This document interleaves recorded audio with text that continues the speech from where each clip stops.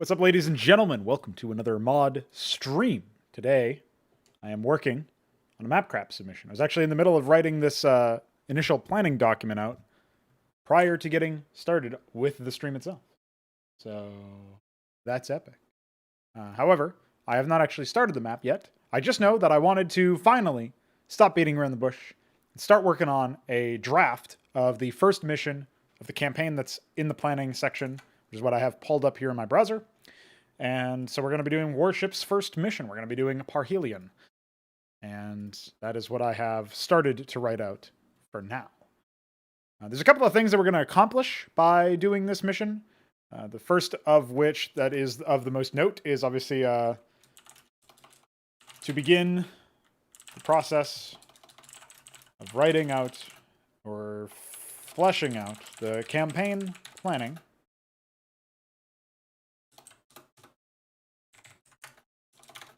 And then the other one is pretty useful, which is trying to think of how to phrase it. Explore implementations of AI arriving mid-map. Because 4 out of the 6 Zerg that you're going to face in this map are going to arrive post-beginnings, in medias res. So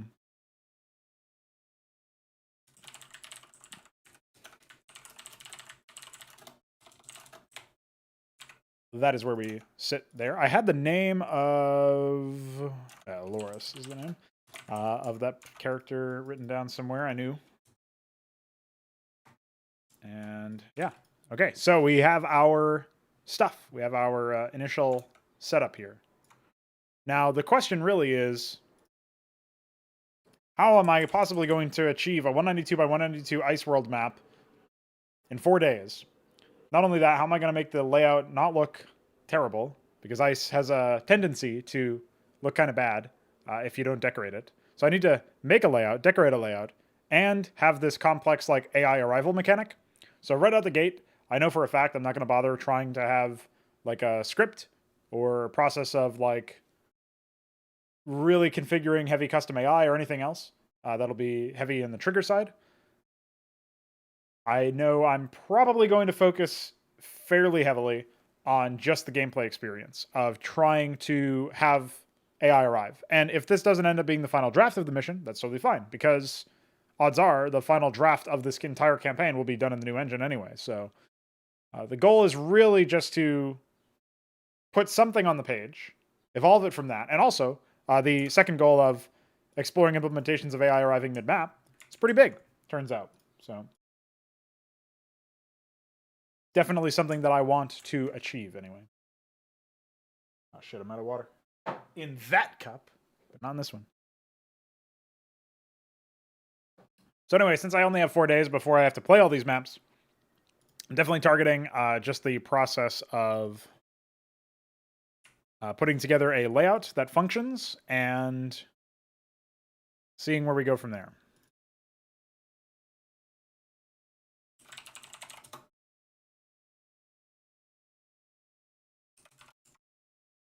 Today's the 12th of July.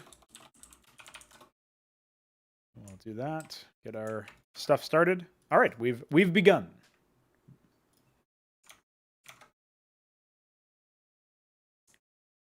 For me, the real question when I am making a scenario often starts with, where does the player start relative to the enemies? And I already had a vision in mind where we would have Basilica, which I already have ported to this tile set, thankfully. And Basilica would be like a pretty big part of the AI's base, your AI allies base. And then we would be able to...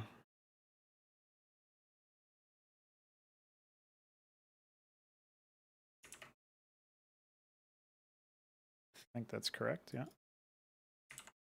What's up, James Gilchrist? The mod is called Cosmonarchy because I thought it was a fitting name. You get the scale of cosmos, and you get the inclination that someone is meant to rule them based on the fact that monarchs do a lot of ruling.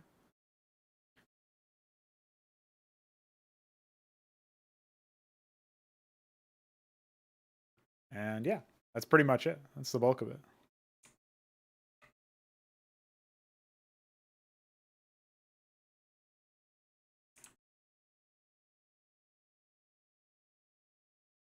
Just leave an insert in here because I think I'll try to have a like a low ground base over here or something, complete with ramps. While the main base is probably going to be over here, ramp over here, and I feel like maybe this needs to be further down instead, but I don't know how much space I actually want to take up with this object. We'll probably make a lot of tweaks as time goes on. If anybody was around when I was making the remakes of the Brood War campaigns, or the vanilla campaigns, I guess, technically, you may remember there was a map that you played as Phoenix, and you were on a, well, if you were defending Phoenix, and he was on a temple complex. I kind of want to like evolve that layout, essentially. We'll see how successful I am at doing that. I was kind of thinking you'd probably have some ice up here.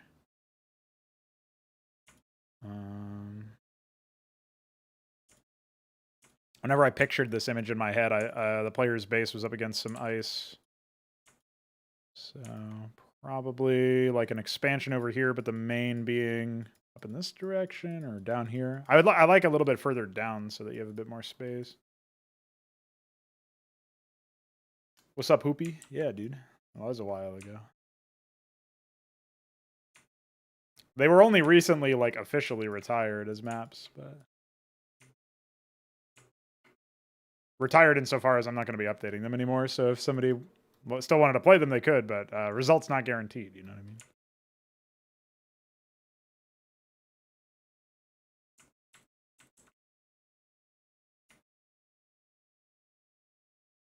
All right.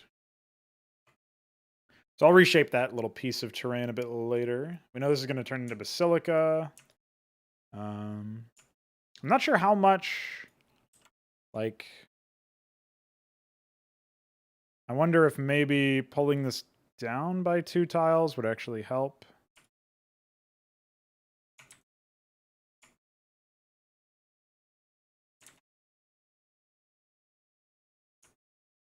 Just give us a bit more room to do our work. Still lined up. That needs one more.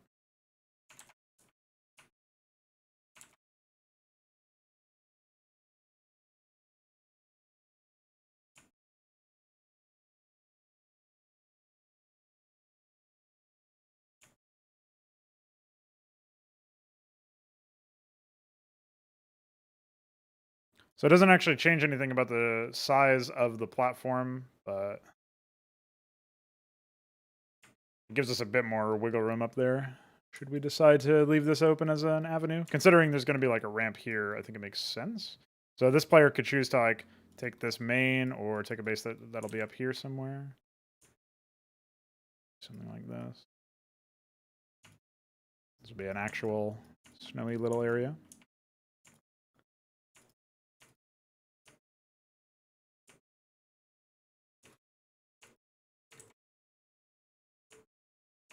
What's up, Veeker? Veek has been a real man recently. We've been working on the new engine, getting it ready for Dreamhold, which I haven't actually made a video about, so you wouldn't know anything about it if you were only operating on the Discord server, or you weren't operating on the Discord server. But it's an action game, 2D action game, similar to like there's some roguelike elements, some Diablo 2 elements, you know, ARPG and stuff. It's gonna be pretty banging. And we're gearing up for that. In just a few days, we already have rendering and frame set animations and stuff, so we'll bang out sounds at some point. Tiles are tomorrow, according to our planning. Things are going pretty well. Let me just make sure this is accurate, because it definitely looks a bit off.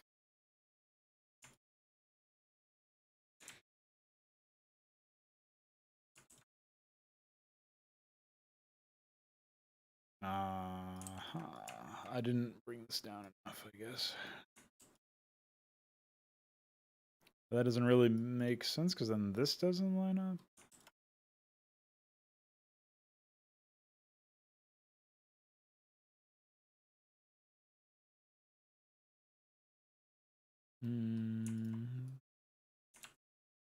I think I just didn't bring this down correctly. That would fix it, yeah. Okay. An engine stream. That's pretty exciting stuff, dude. I guess if I were to join you for that, I would have to not be on my phone for everybody's sake. Lest the demiurge noises get everyone.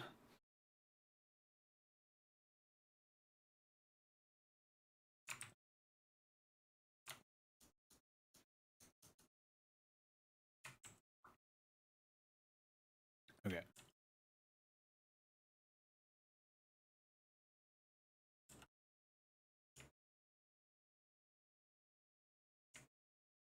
We definitely want a little bit of some sort of ramp complex outpost out here to help insulate the commoner.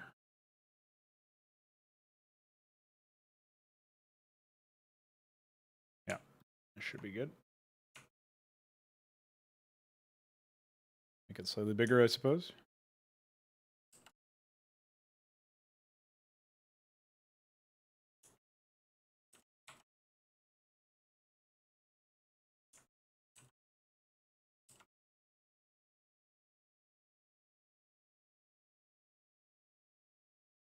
Oh yeah, sure. Yeah. Yeah, that's why I just schedule something and then I feel guilty about not doing it if I don't do it. So I do it. In general, there was like something that Jocko Willink, who's quite the character if you know him. He talked about doing one of the best things that he was able to recommend people was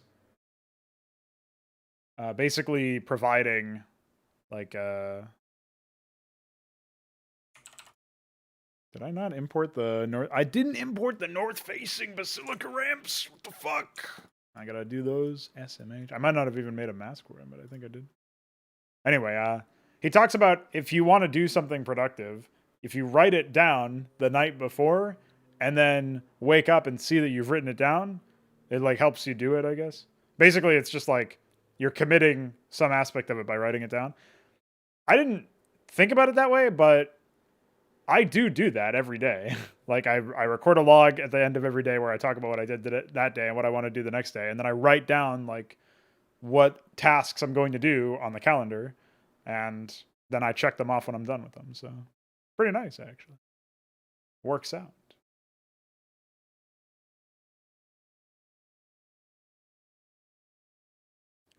Cliff Doodads 3. I can only imagine that must be the extensions. What about this? Oh, I see.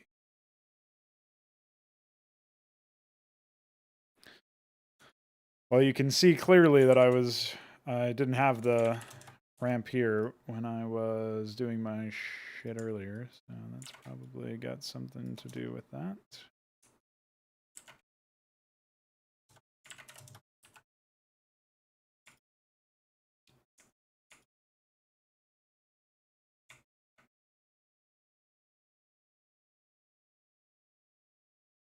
Okay.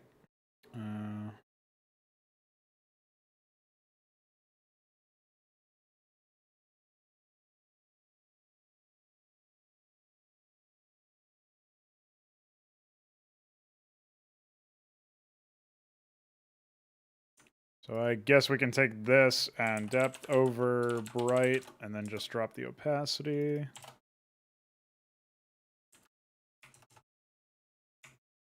Even that doesn't look very good, does it? Do we even need the depth over on this?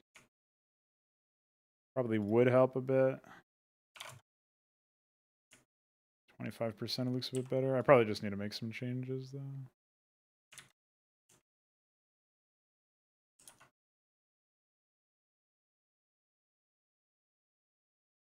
Get rid of some of the more egregious things.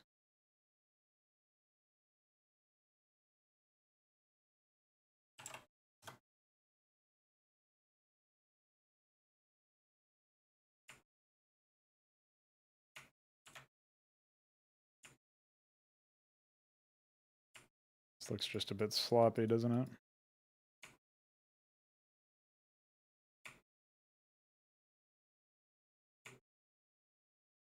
Is that what this looks like in game?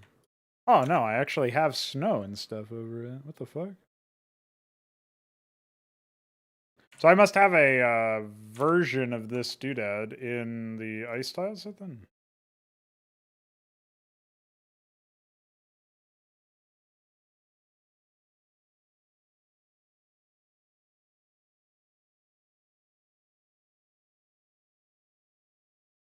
Ah, yeah, of course. That is what Iquare said a while ago. He said something to the effect of, like, another man needs my help. Which I thought was pretty funny.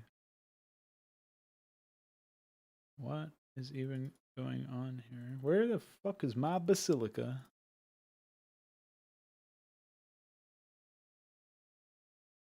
If it's not here, then where would it be? Oh, Doodad's weather. That must be it. Wait, what? What is this?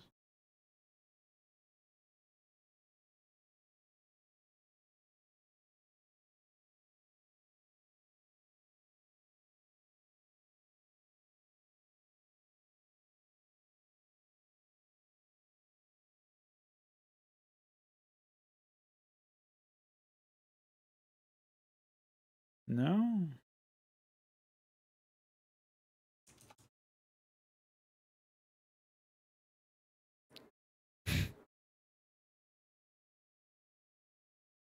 I am so perplexed. How did I get the snow on? What did I do? How did this happen? Surely I kept the thing somewhere.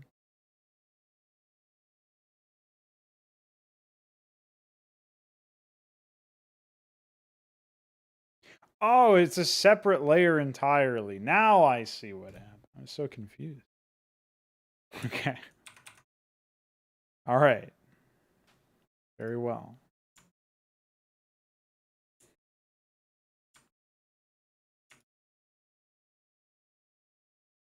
Understood. Yeah, this was not a very well organized file. Jeez.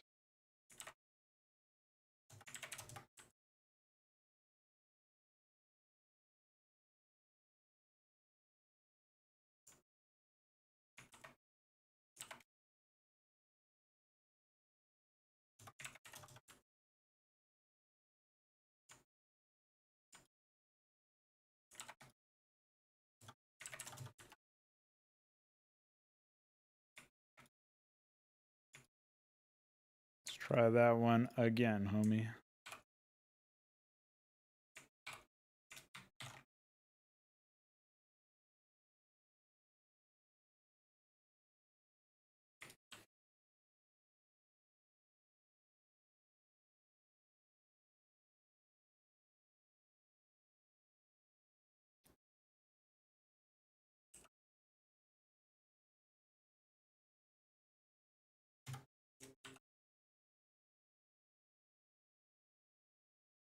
It's too bad I didn't accidentally already render these.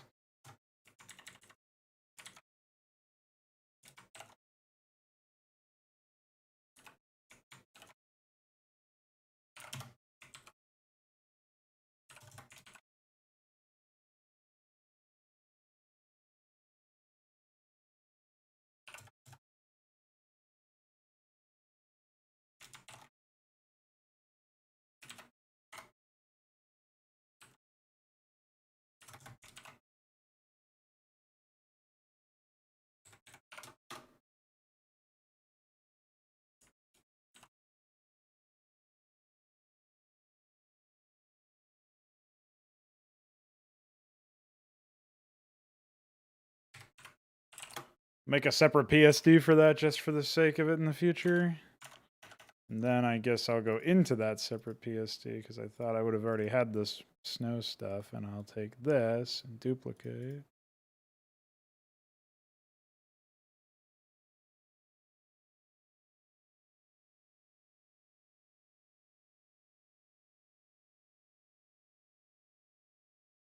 And the thing with this is, obviously, I don't actually have the...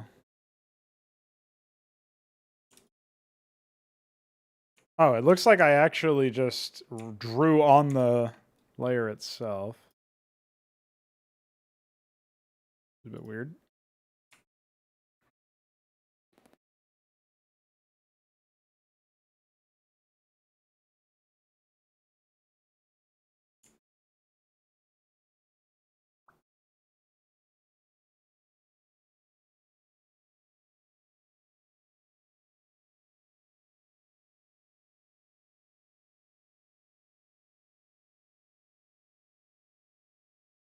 Oh, no. It's actually masked out. It must be, right?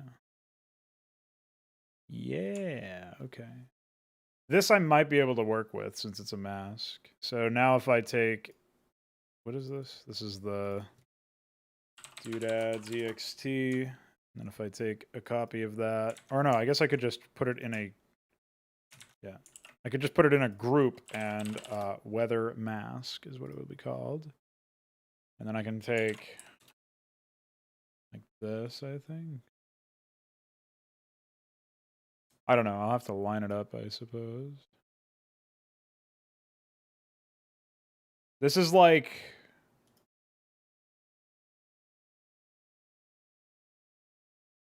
I don't know. I'll try this. I don't think this lines up, really.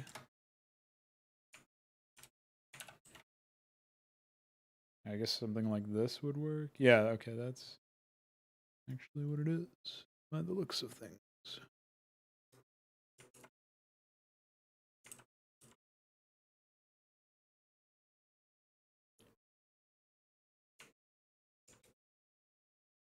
So hopefully that would then somehow transition well, but I don't know if that's even true.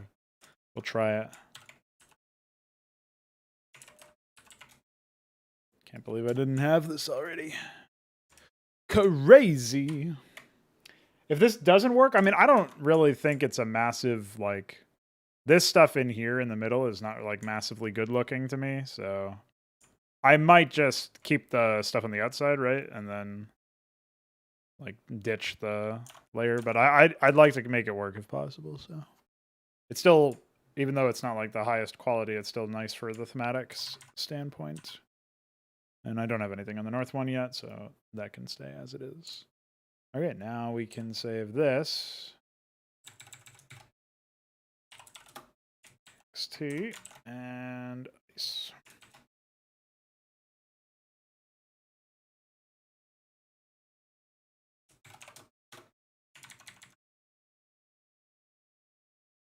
Oh, that's actually not even true.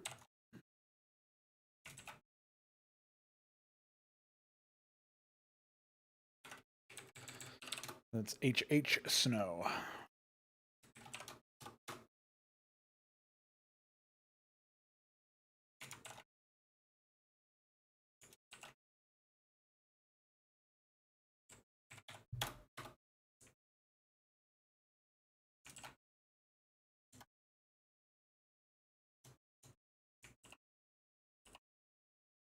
Okay.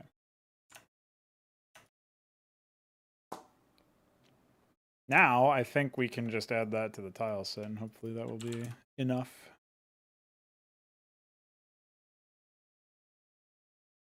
I will have to go into... I don't think the cross-paste thing works in PyTile, unfortunately. If I go into here and I grab the... What even is this height level? Oh, okay, this is a usable height level. Now if I go in here and I add... I go to Twilight, Basilica, Ice.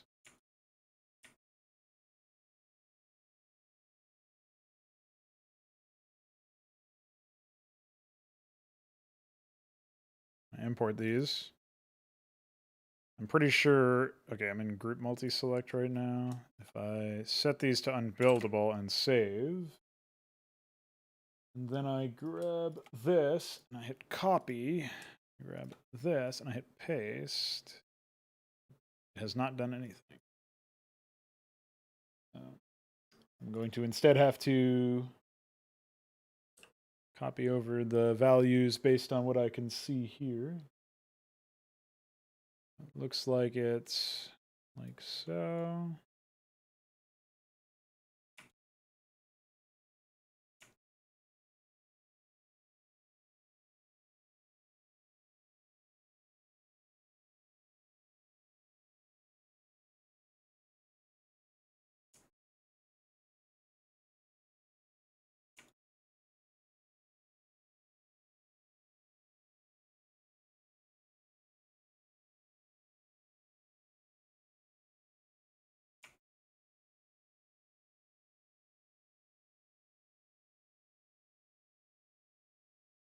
Okay. And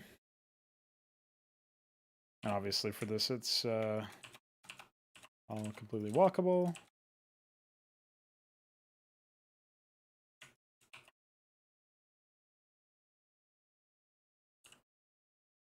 Oh, I didn't bother checking to see if this subtile needs any extra work or not. Hopefully not. Now I can just group multi-select these, copy, paste, shift type up, and copy, paste, shift type up twice. We'll be good to go there. Let's now swap over to the height of this. What is this?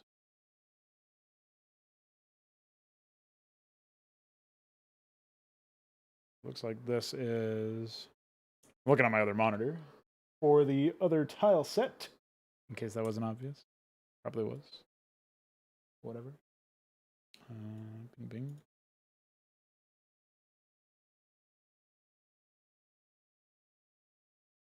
Oh, it's actually this, although I don't think it matters.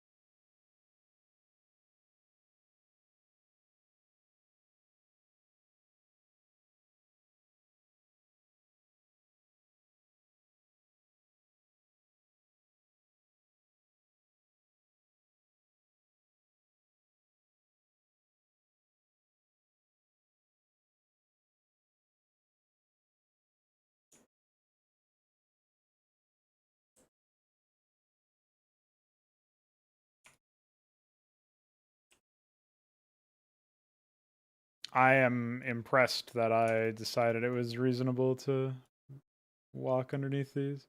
I guess that's probably for parity between tile sets, but that doesn't really make much sense, does it? I think ideally I would actually have all of these be sprites instead of what they ended up being, which is like hard set on the tile layer, but probably something for the new engine, actually. We'll have a lot of freedom when it comes to what we do there.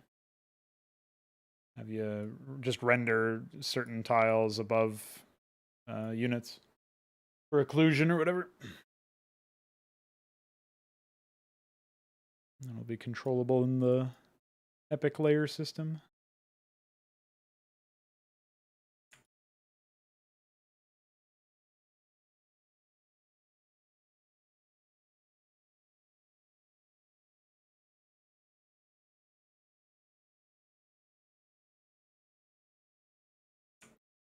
Yeah, because if I didn't actually make these balls passable, I can see why I did it now. It would literally be impossible to like use these for pathfinding. Basically, you wouldn't actually be able to fit very many units up these ramps. Put it that way.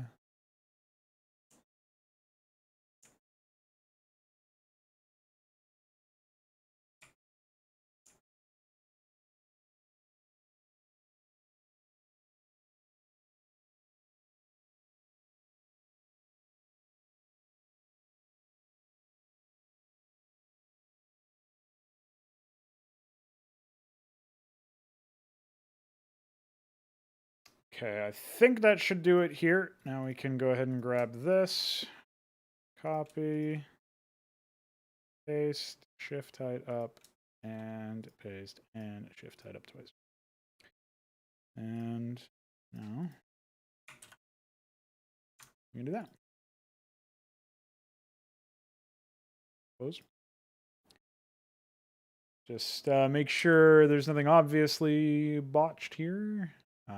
Here's one. Besides that, seems good to go.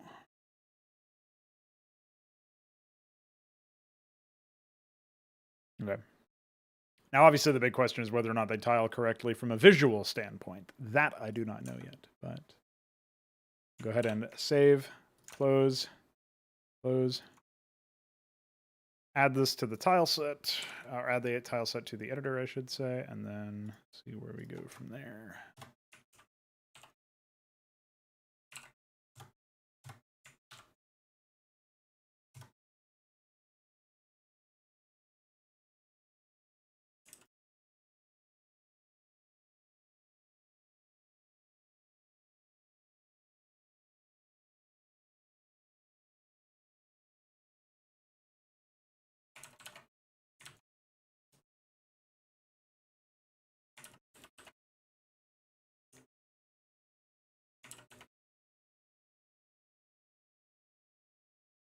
Aha!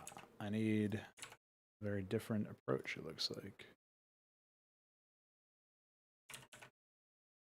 I guess it would have to be like some combo between this mask and this mask.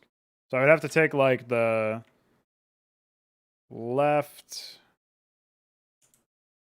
I'd have to take. Yeah, okay. I'll just have to take a screenshot between those two and then like draw the similarities of the mask or whatever. That's not actually going to be too difficult, I don't think. Okay. Well, we've got our ramp anyway.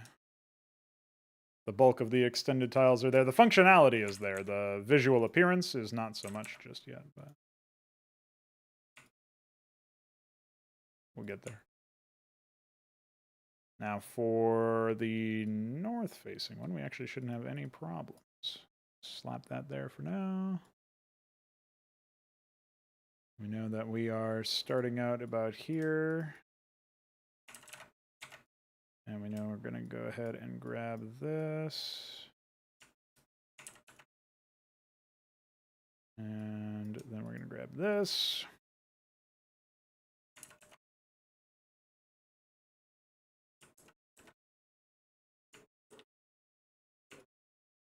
Okay. And that's our ramp. Very lovely.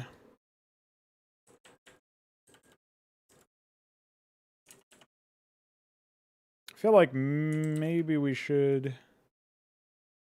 Oh, no, I guess it's fine. No problem.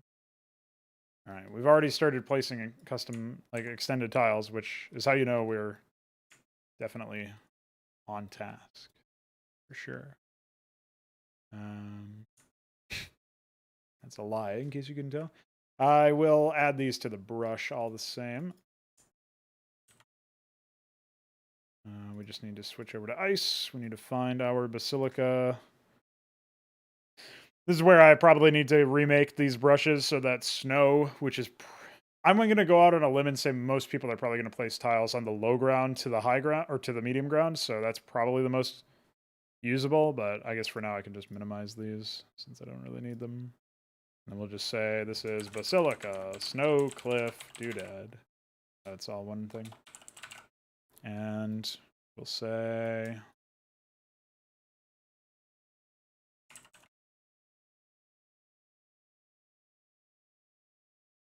Again, we just want the double wide, not the triple wide as an option.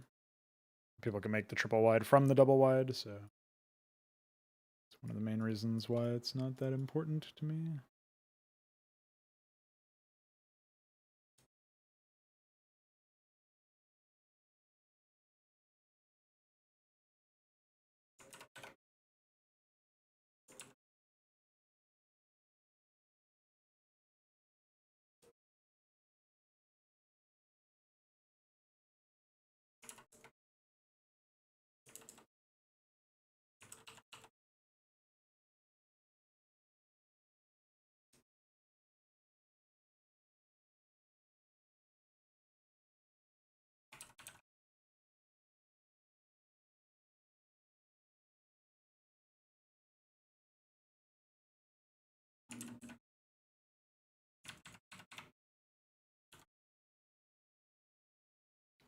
Oh, we don't even have the north-facing ones in normal order. I should have added those first, but that's fine.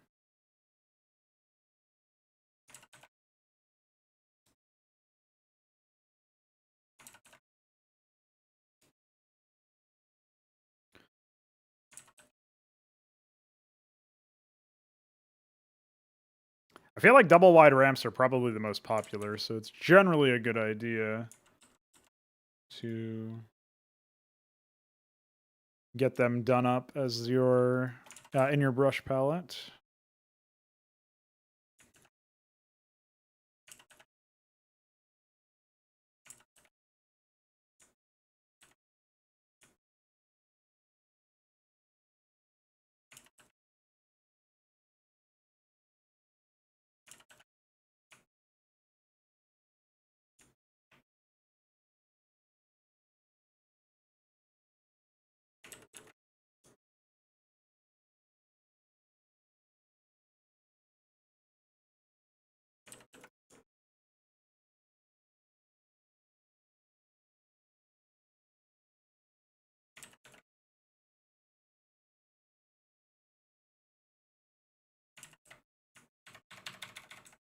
Okay.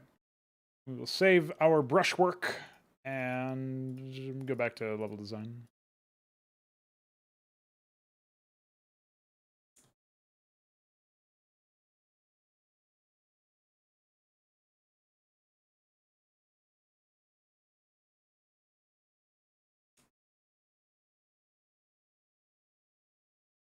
It's actually centered, believe it or not.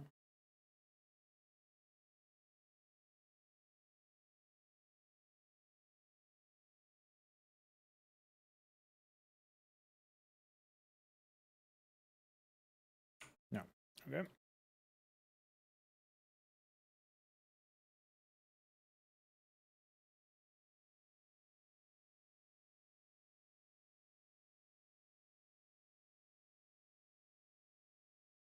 You can see there's not yet a north-facing tile for that, which is something that I can slap together later. DF had some reservations about doing that because it's just a placeholder, I think. I also may have this might have been one of those things that I asked him to do like in a very quick amount of time, and then it was just never revisited. I wouldn't be surprised if that was the case anyway.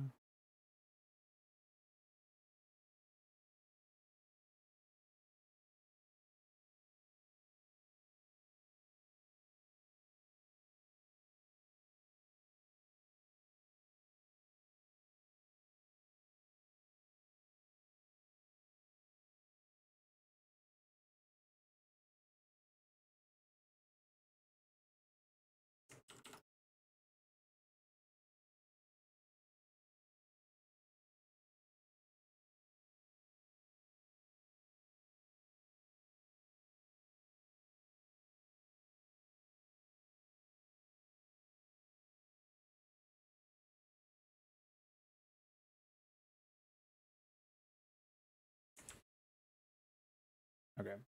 Now, we have to find the basilica, which I think is this. Yeah, looks like it. What's up, Loler Man? Skater boy. There you go. Got our little ramp complex. I love me some ramp complexes.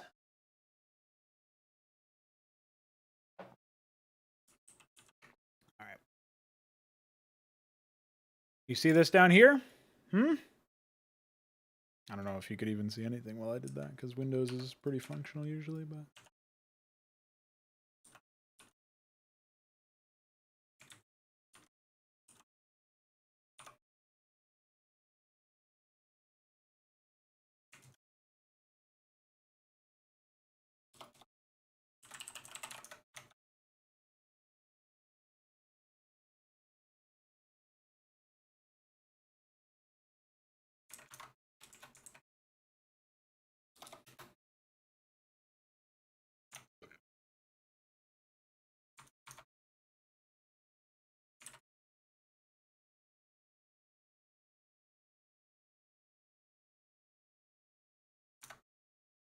Special you.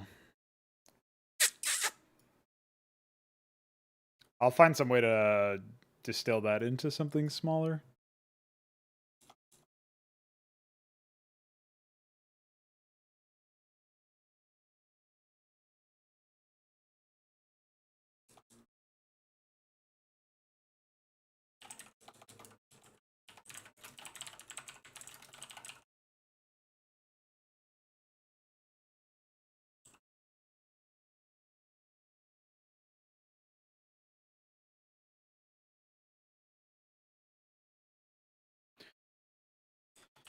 I'll also have more detailed character description or faction names later on.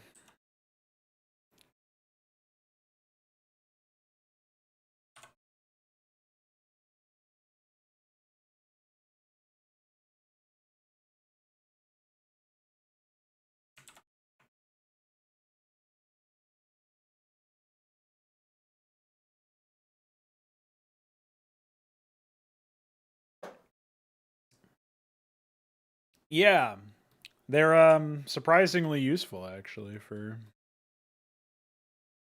basic stuff like flavor and whatnot. Yeah, I was pretty lackadaisical about adding new unit responses in general, so it makes sense that buildings were also not really getting much attention because even units weren't getting much attention, right? So it only makes sense.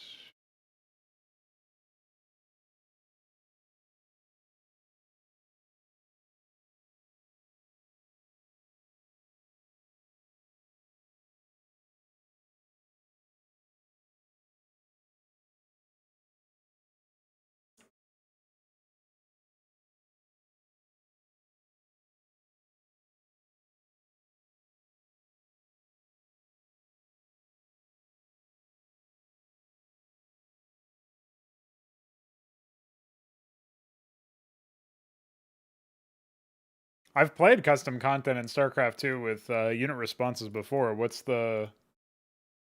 are the actual limitations there? That seems like something I've never even heard of.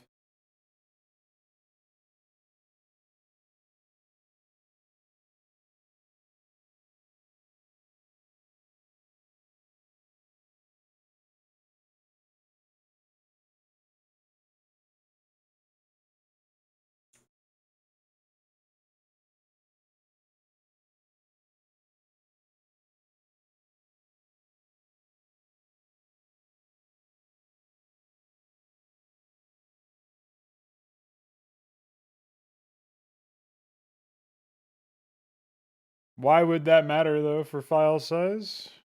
Why would file size come into play at this point?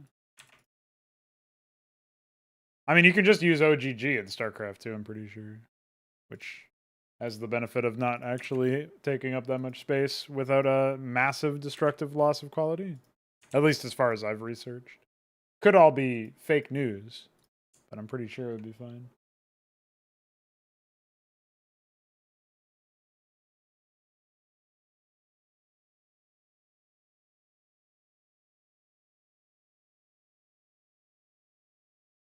Oh, why are you still using the arcade? Like, surely there's some way to not use the arcade. With all the VPN shit out there, there's not any way to have a simulated lobby or something? Like Radman does? I don't know why the fuck you'd still be using that thing.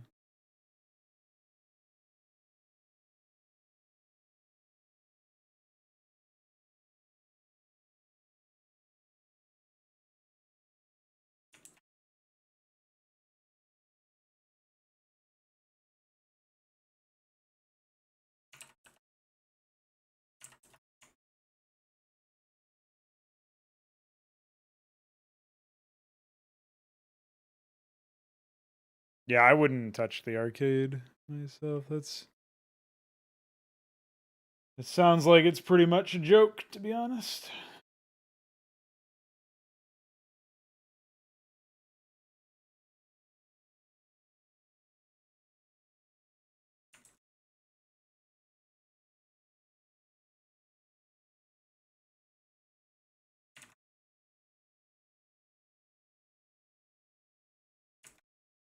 So I guess the only way you could actually supersede that limit is by buying another copy of the game and uploading it or something. I don't even know if that would work if it's all just one file though, so that's probably out of the question.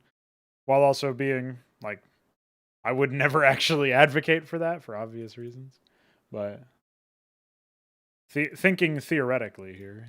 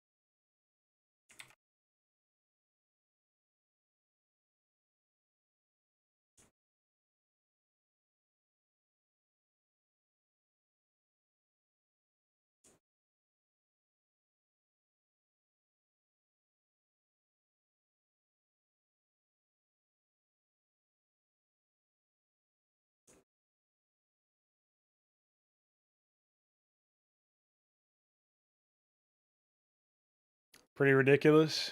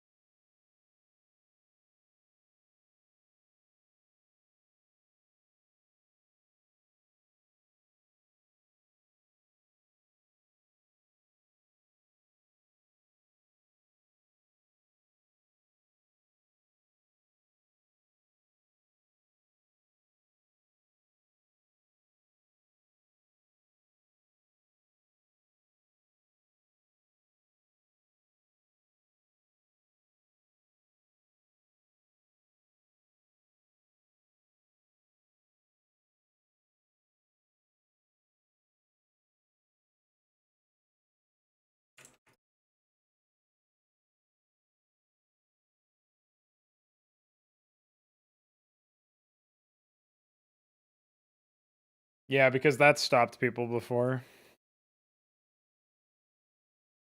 Seems like a big prank to me.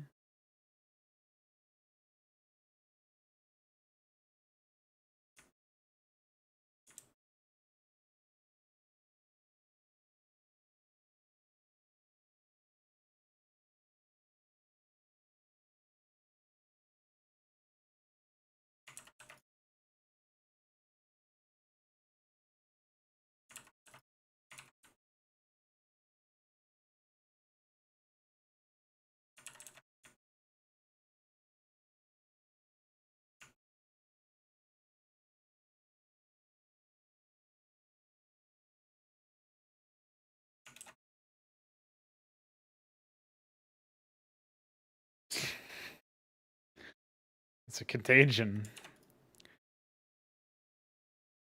I forgot to actually clue you into this one, Rollerskate, since you're not on the Discord server, but we've resumed Antikythera development with the goal of shipping a game by the end of the year. And progress is pretty good so far. And the game itself will not be an RTS, but it will be a 2D action game inspired by ARPGs, roguelikes, that sort of stuff. It'll have some procedural generation eventually that the player can control to their liking. Like they can ban, essentially veto certain boss enemies or factions or whatever. And there will basically be RTS mechanics at play. It's just that you'll be controlling a single character while you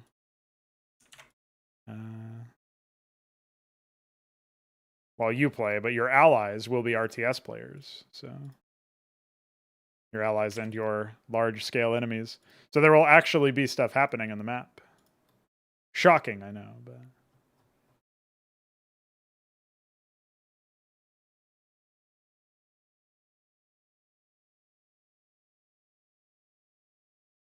Oh, okay. Cool. Yeah. It's actually listed on the main website, but...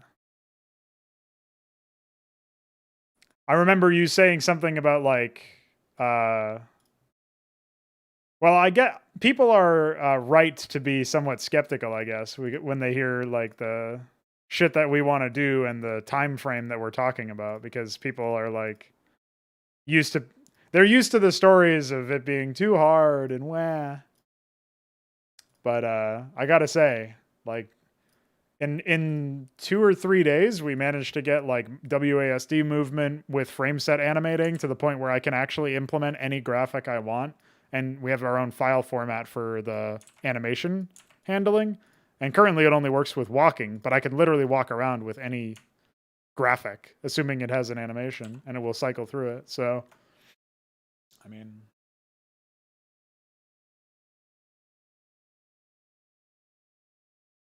Just in that one specific case, it's already felt pretty fucking banging. So...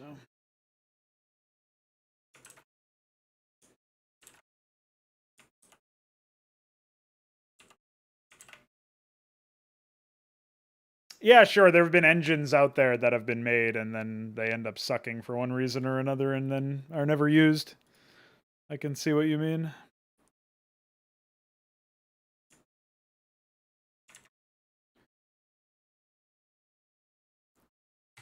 Most people's complaints are the time frame or the not sources of skepticism, not complaints, obviously. But most people are give me some pushback based on the time frame. So that's the area I'm used to operating within, basically.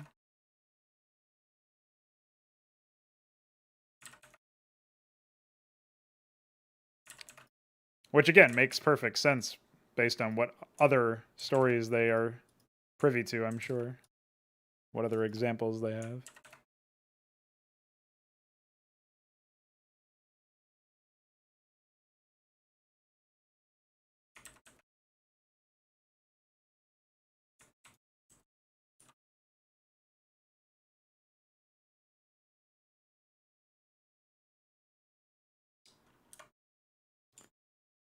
Well, Mesk has to deal with real life shit interrupting his every waking moment, so... We've made the progress we've made by putting in like 2 hours of programming for the last, like each day for the last 3 days, so... Assuming any element of that keeps up, you're not going to have any problems, I don't think.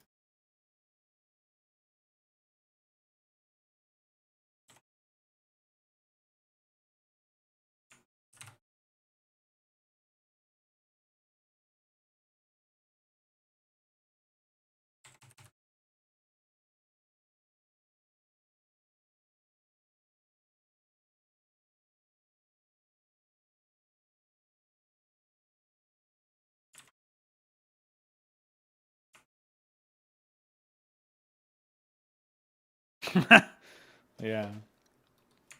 He hasn't said much in my server, but about his current conditions. But enough for me to know what's going on, so to speak. Put the pieces together.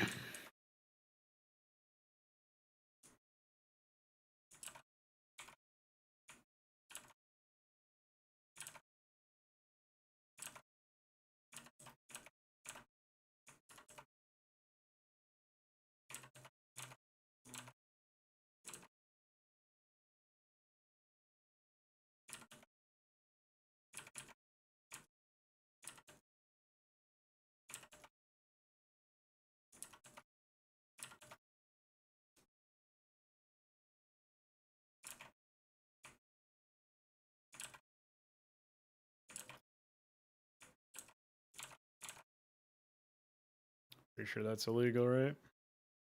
Oh, this one's illegal. Wasn't expecting that.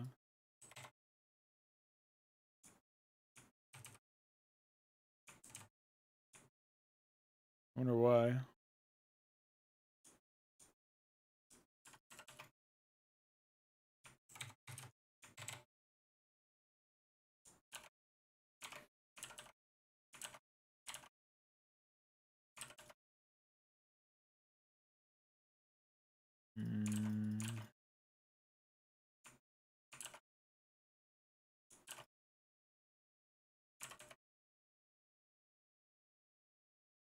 It's not very efficient, but whatever.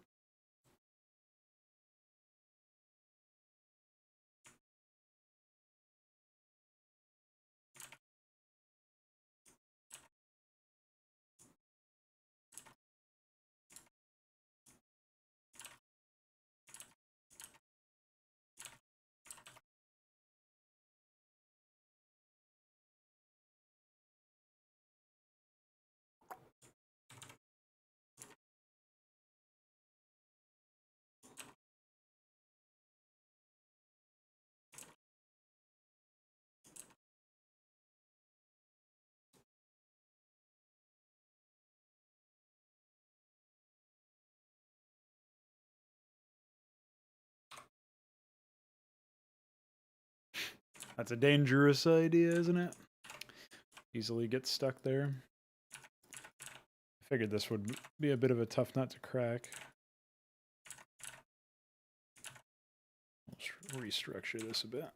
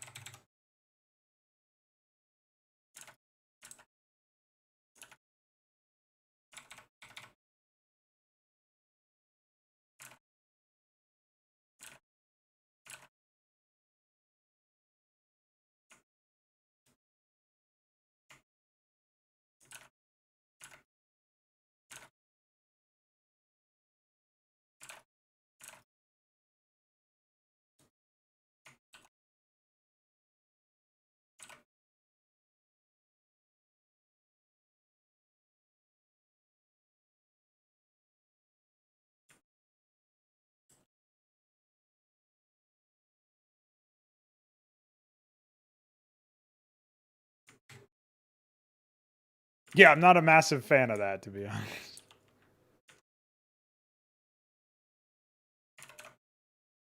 Can't really imagine doing that.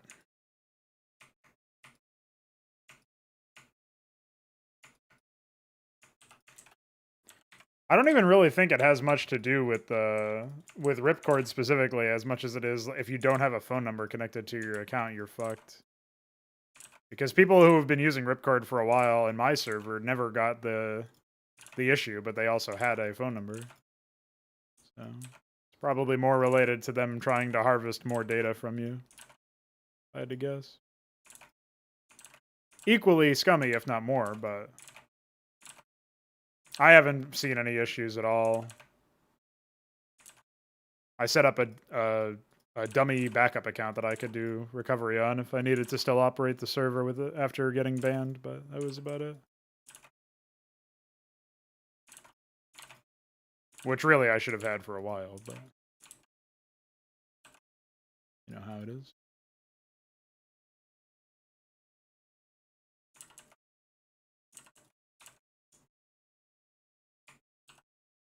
Not massively satisfied with that one.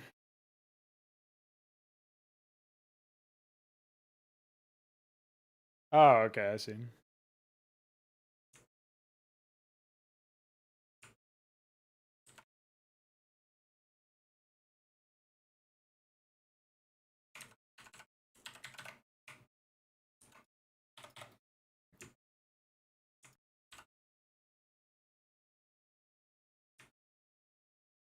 All right, well, I have to use the bathroom. So I shall return and get some more layout work done. In a moment.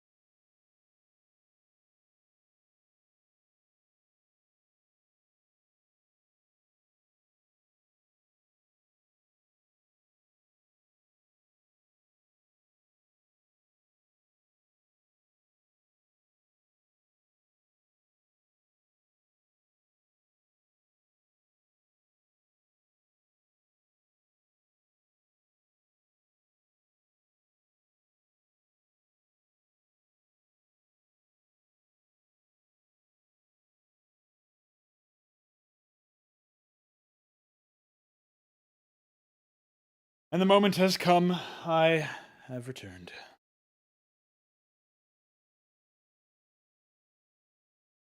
So, I think the path for this map, the way forward, I'm going to shape the player's main and his expansion is one of his early expansion options, because this is another one if he wants to take it. There's also work to be done to get the path into this area taken care of, into it from the south. And I would like to shape a starting location for a couple of Zerg bases. And then I'll allow myself to get distracted by shit like custom player colors for each of the players, which is always a fun distraction. So it's a reward for doing more layout work. And then beyond that, we'll just see how far we go, how long we last on this. Because I got more Brood War mapping to do afterwards.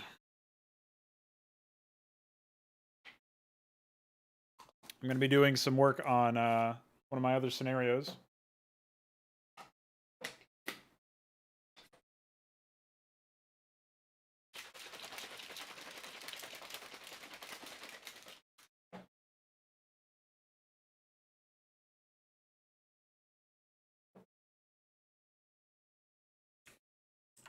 All right. Figure out how much negative space we're actually going to have over here. I don't really want to stick the player in a corner necessarily. This is supposed to be an introductory mission, so in many respects I'm having an AI ally that's a bit stronger than you are, which will shoulder some of the early action and probably be able to like 1v2 for a brief amount of time before all hell breaks loose and additional AI start falling in. So it's almost meant to like facilitate a longer initial playtime, even for players who are low skill, which will allow them to build up some sort of expectation on repeat runs, and will essentially make the map more approachable without making it low skill or easy to, like, rewarding bad gameplay necessarily. It's just facilitating a slower start, but because the pace will quicken relatively soon after the initial work, you are going to see some serious shit, no matter what your level of skill is, generally speaking. So that's some of the initial thoughts that I have over here.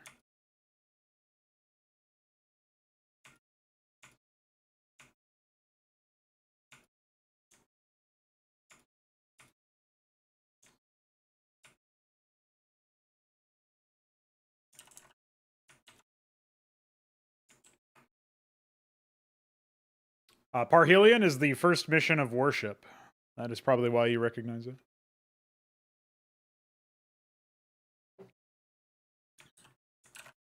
That is my Mapcrap.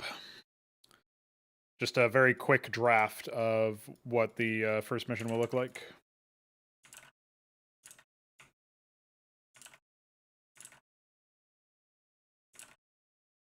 Now, if an AI is ballsy enough to take this base, they're not going to have any turret room against the player, which is absolutely fine, because I actually want this mission to be, or this area to be considered player territory.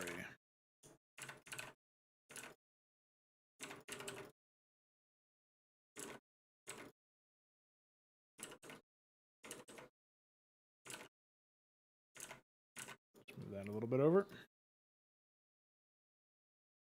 It's far enough away to be a bit of a concern, but that is okay with me. What do we got here? We got 10. That's fine. Let's throw the dirt down there for the placeholder and get out of here. Next.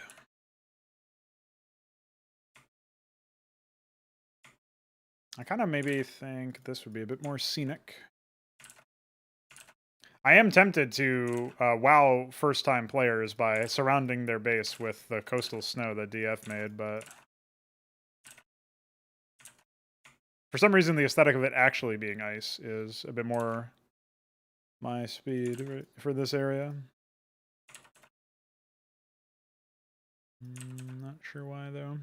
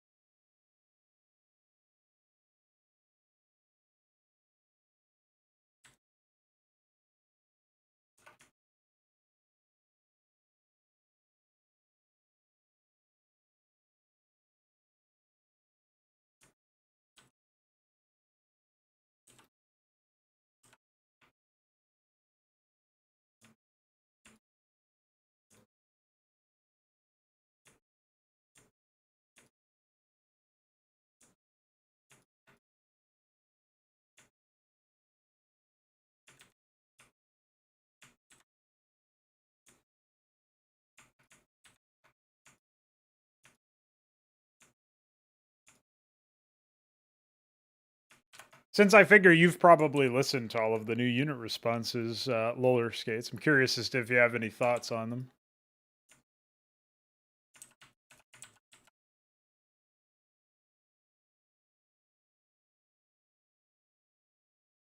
I think some of the building sounds that I ended up using ended up not being very audible, so I probably have to work on the mixing.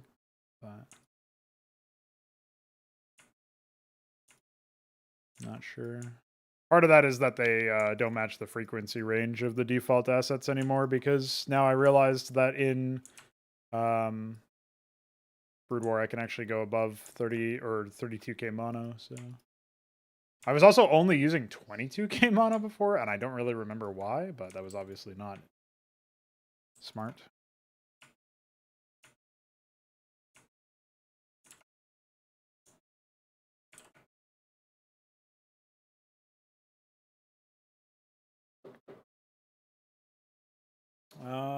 Yeah, I could do that. I suppose that would definitely be more useful. I think I would want to keep the, for example, the hatchery or the Zerg morph sound where it like sounds like it's emerging from an egg or something. I don't want to play that and something else, and I wouldn't want to just make a new version of that sound for every building sound for Zerg, but just because for file size reasons, obviously. But then the counter argument is we don't have that many sound channels, so I don't know how that's going to work out. But I do know that there's a pretty strong case to be made for approaching it a few different ways. So Protoss structures, when they're completed, don't actually have any ready sound or like notification that you can hit spacebar to cycle to, which is pretty weird and annoying. I don't know why that's the case, but you know.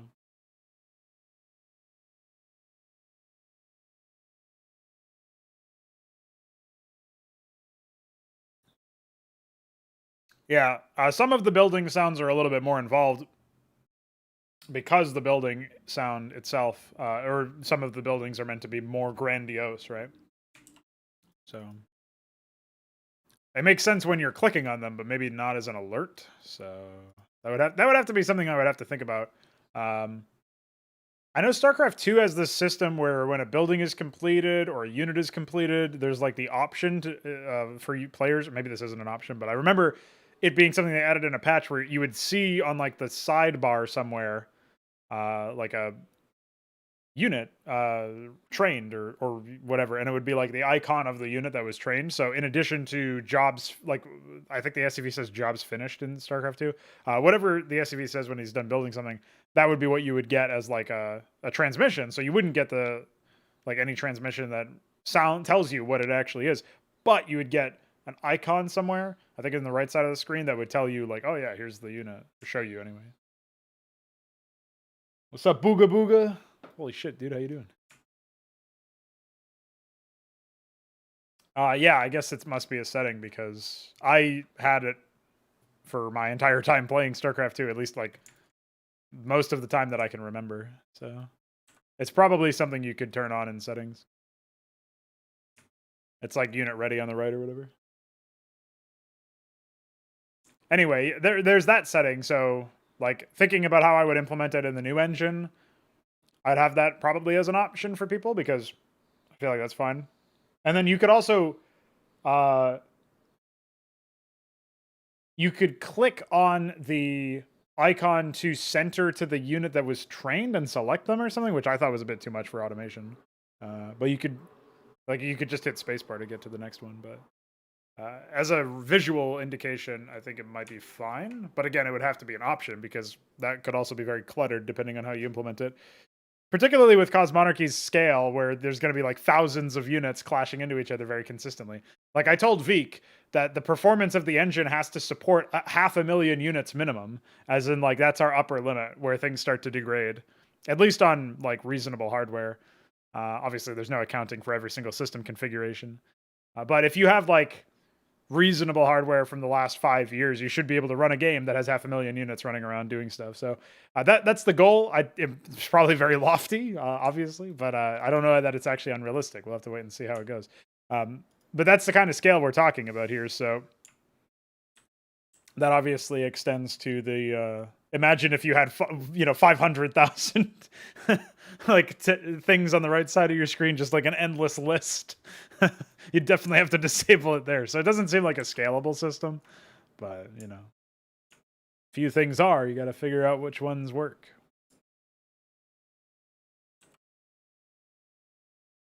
Yeah, that night is shit is hilarious.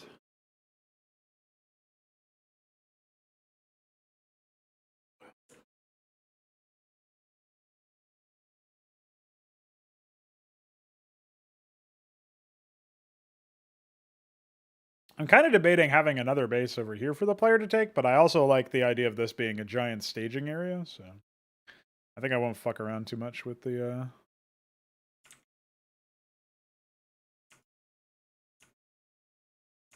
with too much of that.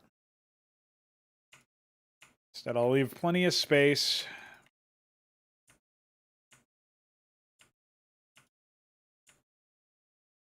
And this will be a nice little divider between enemy forces moving to your base, enemy forces moving to your allies' base. I might convert that to ice, but I like the verticality of that. And then, yeah, this can be your staging area. We'll throw down some moguls. That will remind me not to fuck around with this area. Or it will remind me to fuck around with this area because it needs to look nice. There you go. We won't bother with it over here, I don't think.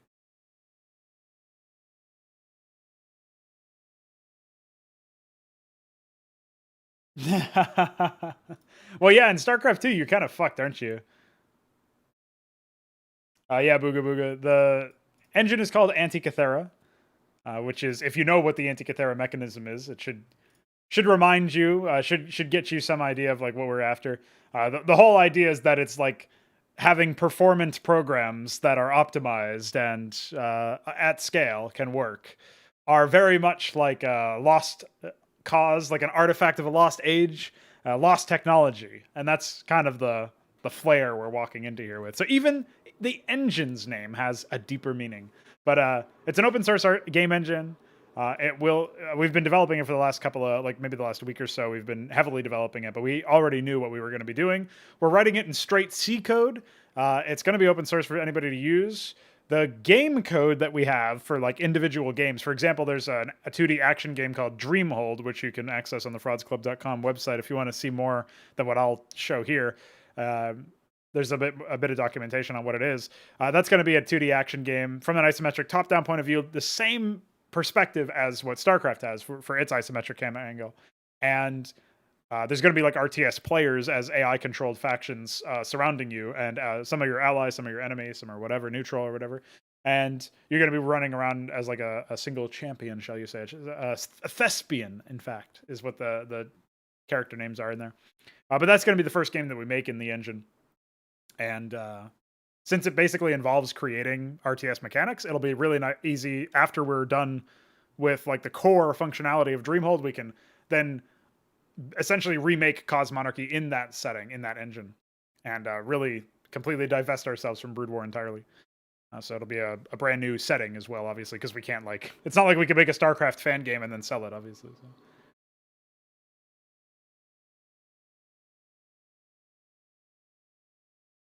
But yeah, eventually the new engine will definitely be able to handle all this stuff. I don't know about 500,000 units. I would love that to be the case. And we're certainly going to have more than like 100K. So you'll get to triple digit 1,000 units. Like you'll get to that level. So 6 digits, I guess. You'll get to 6-digit unit counts. Easy. How far up that chain? How close to 7-digit? I'm not sure. We'll have to see. But I mean, I've always been targeting like players that have like 10 bases, giant maps. My fantasy is to have the ability to scale up from one base and a couple of workers to a game where like several players have fallen already and you're standing, some of your team has been traded, and you've got the opportunity to, like, you've got 10 bases under your wing, so to speak, and you're trying to spend all the money you can, and you have, like, you know, get thousands of units under your command that you're ordering into different positions and stuff. So yeah, I mean, the map size will probably be like basically unlimited. I think the maximum you can probably make use of in an RTS context is probably somewhere around 512 by 512, because people forget about this. They assume like you would need something significantly bigger, but 512 by 512 is an order of magnitude bigger than 256 by 256. Is literally 4 times the size. So you probably don't need anything more than that for the average, like any sort of RTS mission. That's what I say now, though. When you think about trying to factor in the scale of having 10 plus expansions possible for every player to take simultaneously, and you're talking about up to 64 players in one level, then yeah, you're going to need some seriously large levels. So 1024, 1024, yeah, that would definitely be one option. And then there's, obviously, you could go higher than that. There's not going to be any, like, I don't imagine there's going to be some arbitrary limit that's like, maybe it'll be like the tile count will be a U32. So your limit will be 65535 or whatever. Or whatever. I guess the tile width and tile height will both be U32. So yeah, that would be your limit. Good luck actually making that, though. That would take like literally more than a year to make, I'm pretty sure, just to do the layout. So I don't think you're going to get very far on that.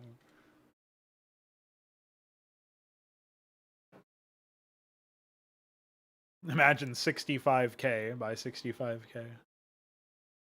Ridiculous. Unwieldy. One thing we haven't figured out is minimaps, conceptually. I feel like the minimaps, you should probably be able to like zoom and isolate them in or something. And then use basically you should have like a setting that allows you to like some button easily, maybe control scroll. It should allow you to like zoom out in the minimap or then like zoom in just for readability's sake. So like say I'm like, you know, I'm microing my units on this side of the map, and then I like zoom out my minimap so that I can select a base that's down here, or an army that's down here. And then like when I click over here, I zoom back in so that I can more easily read any battle or army movements that might be in my vision radius or whatever. I think you don't need that for most cases, but you will need that for really large maps, unless your mini map is just enormous in terms of how much UI space it takes up. I guess you could also have some sort of option to, like, in CSGO, they have this option where if you are looking at the scoreboard with the tab key, you can then hit Control to open the map. I don't know if maybe that would be something useful where you could have an access to a full-scale mini-map to see some like army movements at a glance. And then you could also obviously like left-click on that to travel to some area there, but I don't know. There's a bunch of UI things that need to come up. We need to come up with as far as changes go and stuff to support the large scale, because obviously like could just get fucked out of that stuff. So. Dying just thinking about that. Owned.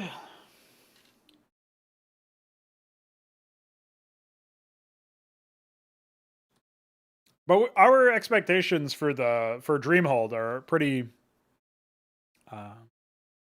measured currently. I think the 1.0 version of the game will have a couple of handcrafted campaigns and a functional functional version of the procedural generation, and maybe like a couple of races, like a couple of factions. We might only have like 3 or 4 factions at launch, and we just add more in over time. But that's probably what the 1.0 version looks like in general.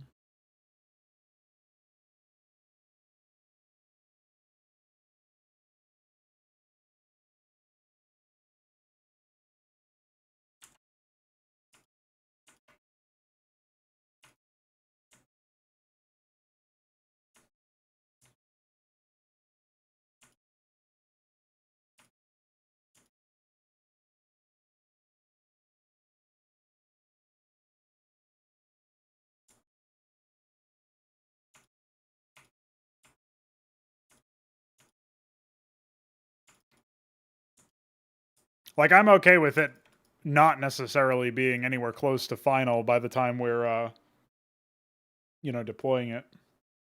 That's fine. It is something that is definitely going to evolve over time. Where's my Snowcliff stuff? Go.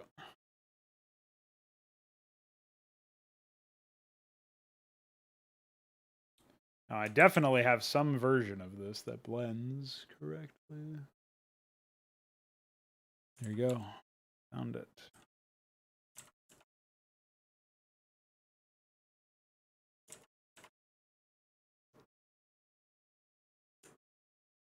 Ownage IMO.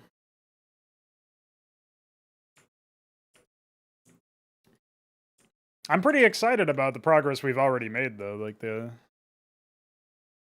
this game development thing, I'm sure we'll have plenty of trials and tribulations up ahead. An early example, actually, is that we've run into some very conspicuous issues with the object-oriented aspects of direct sound, which is like a Windows layer implementation of playing sounds. So we're still dealing with that, and that's just so that we can actually have audio in the game. So that was not as smooth as I was expecting, and I will be straightforward about that. That being said, I also didn't expect it to be so easy to get OpenGL up and running and start working with, like, you know, graphics to the degree that we are able to. It's pretty good. I'll take it.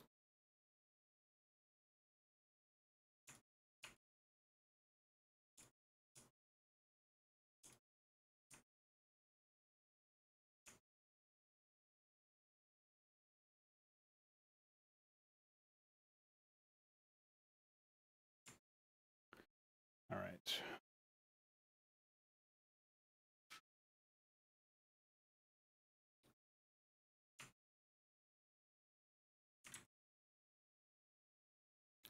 Pull this down a bit more. Definitely want to grab some ramps.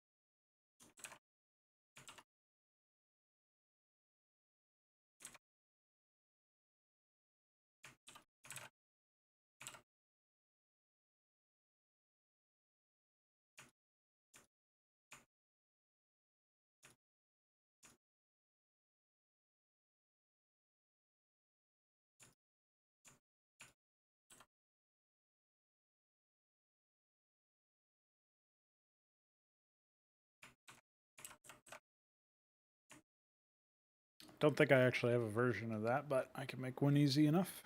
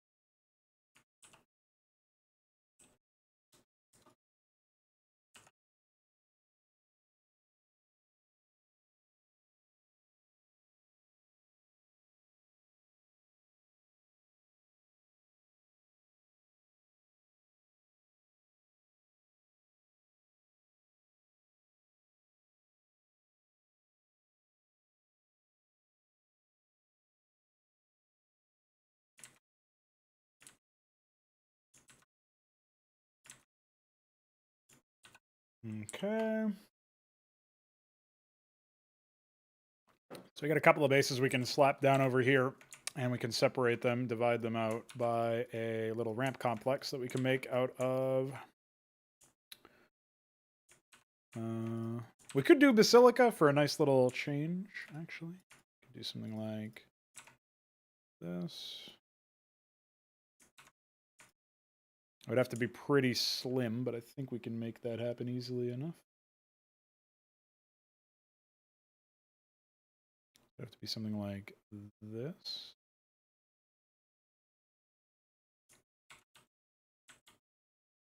That looks like a bug.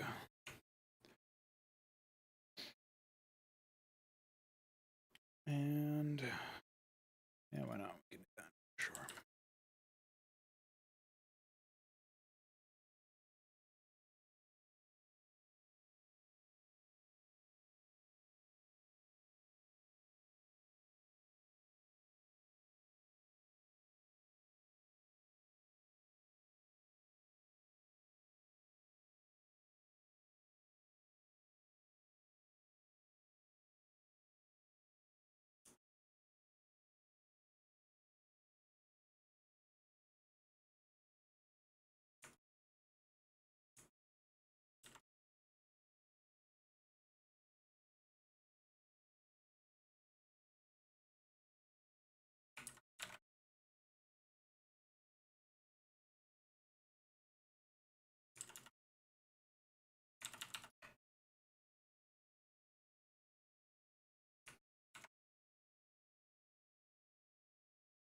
Okay.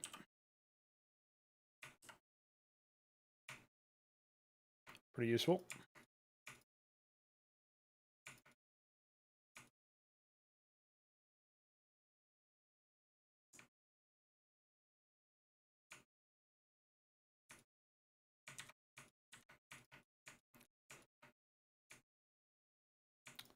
Yeah, this initially, this area was not very pleasing to the eye, but I think with a ramp over here, it'll be fine layout-wise. Be a nice, like, little cutaway that you can do if you have control over this area.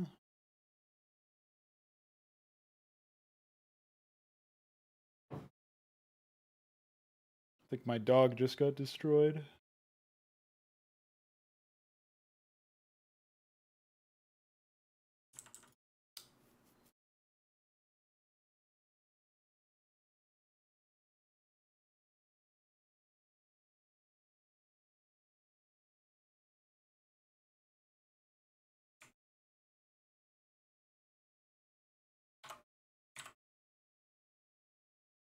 Yeah, I think that's fine.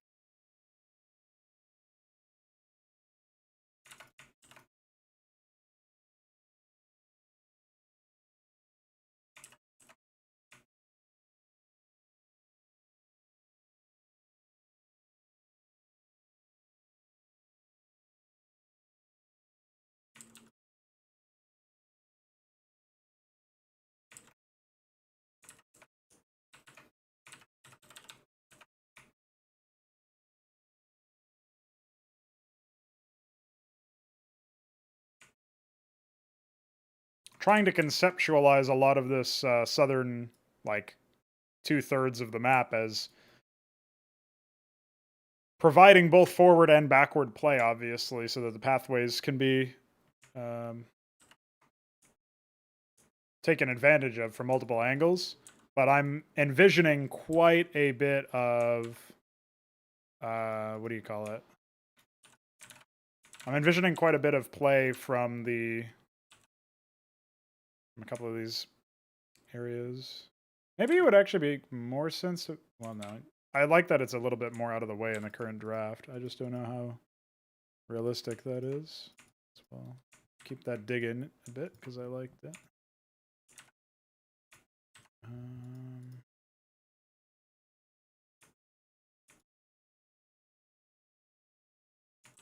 I guess that'll be a little bit nicer. That extension. This is still a pretty high value pathway. We can throw some moguls down.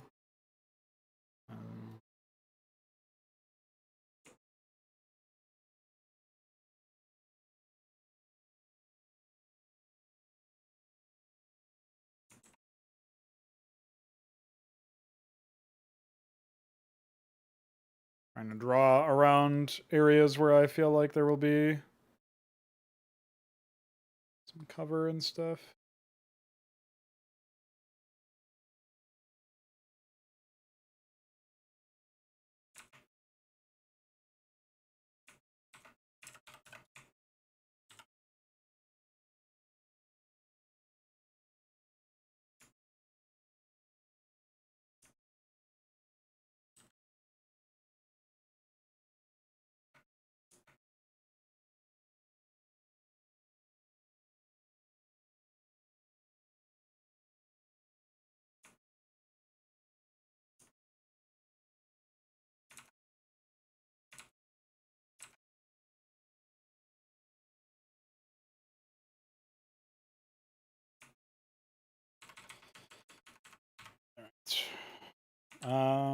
Yeah. Gonna be tough to actually place these resources, but I think I'm up to the challenge. I think for Zerg in particular, this base makes a lot of sense, actually. Not worried about its utility or anything.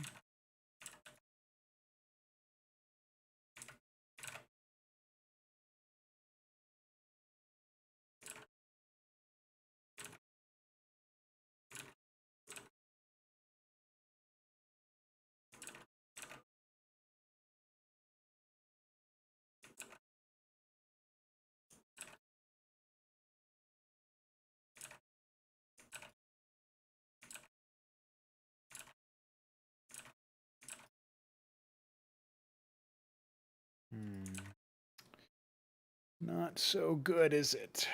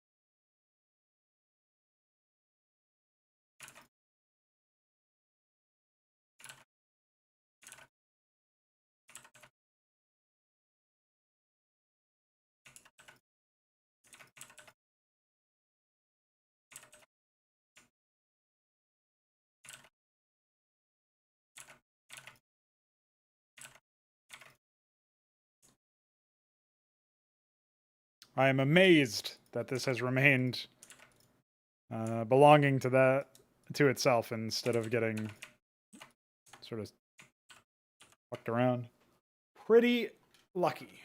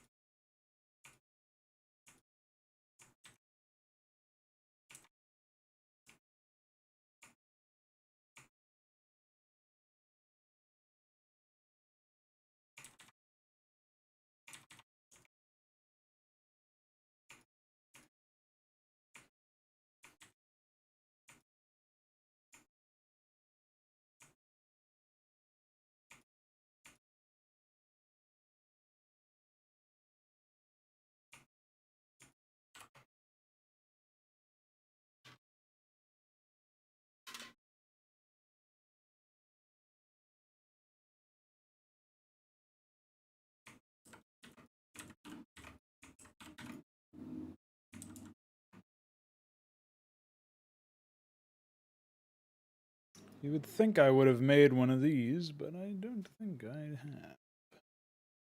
Another thing I can make later.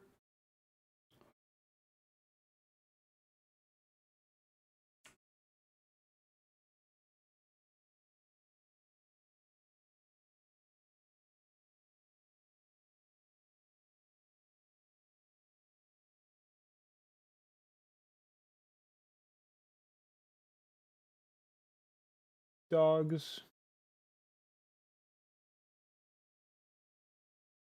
What is this then?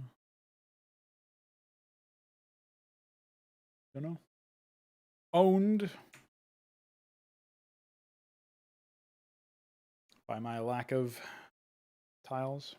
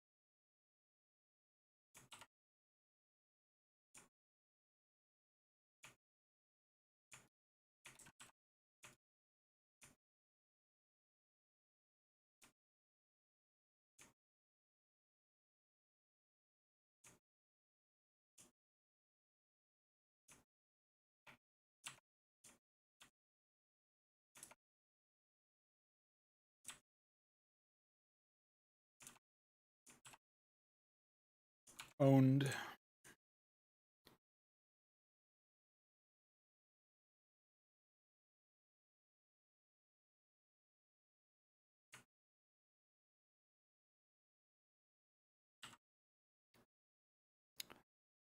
This is definitely a fucking Pronogo base, I'll tell you that much. This is my kind of wacky ass shit.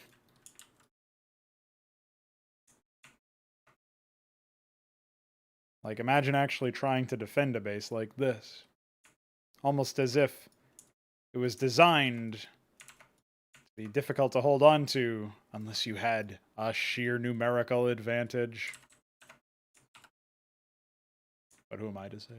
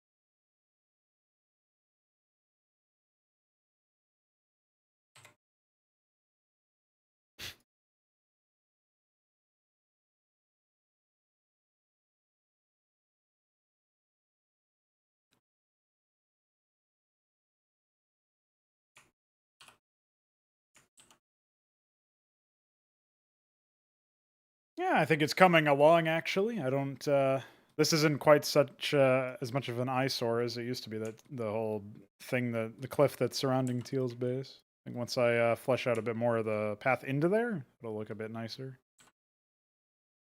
Meanwhile, I will go ahead and slap some stacked snow.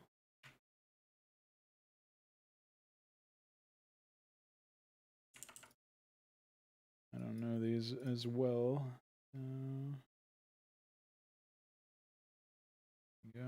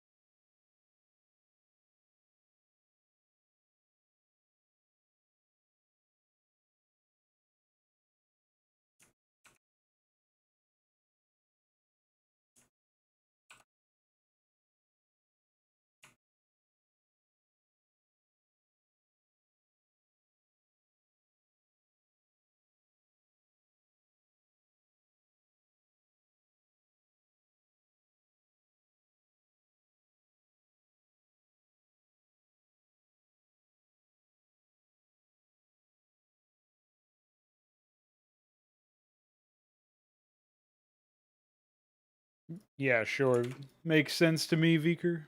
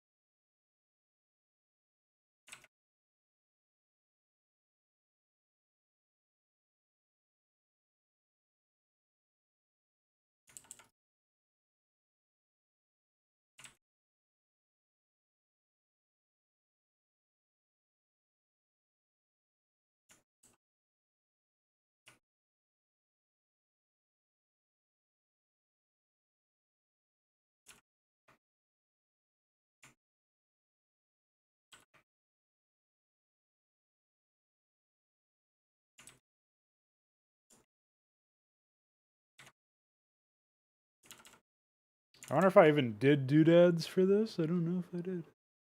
It doesn't look. Oh. Maybe. Yeah, I guess I did. Cool.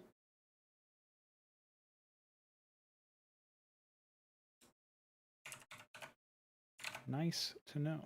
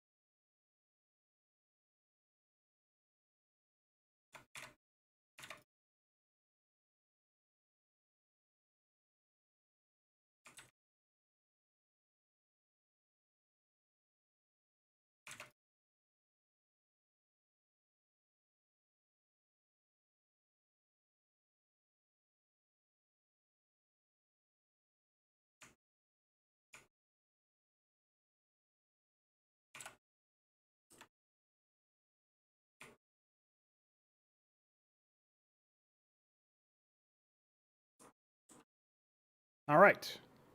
So far, pretty fucking good, I think. I am satisfied.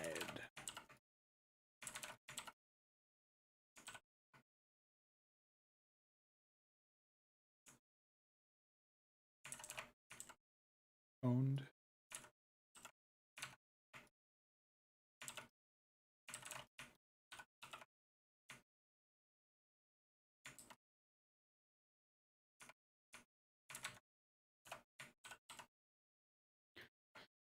So there's not really a natural for the purple player yet.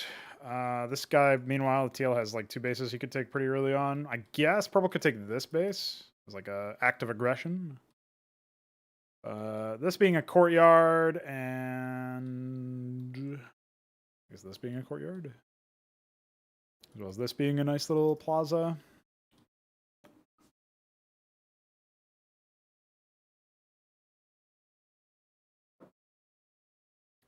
I think this guy's natural would probably be below him or something.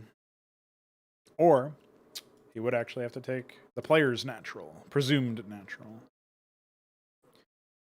I could also restructure his base to be up against the left side of the ice cliff, which would make it more harassable in the early game.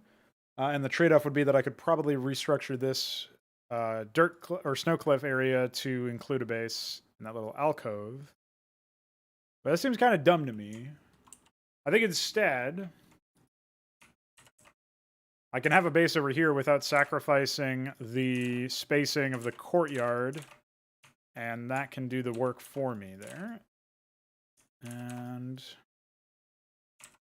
yeah, I think we'll just do that. That seems to make a lot of sense to me.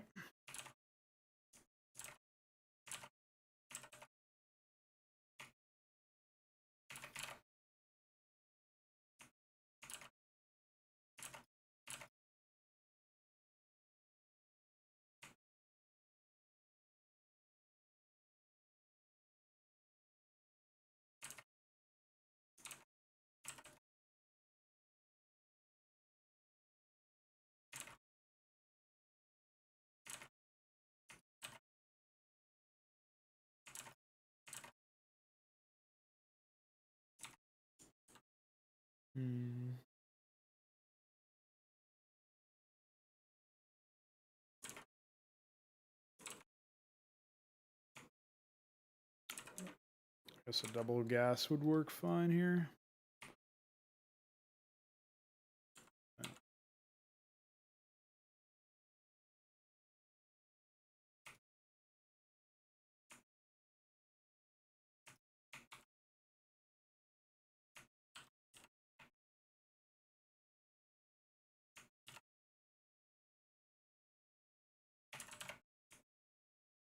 Well, I think that's a pretty good stopping place.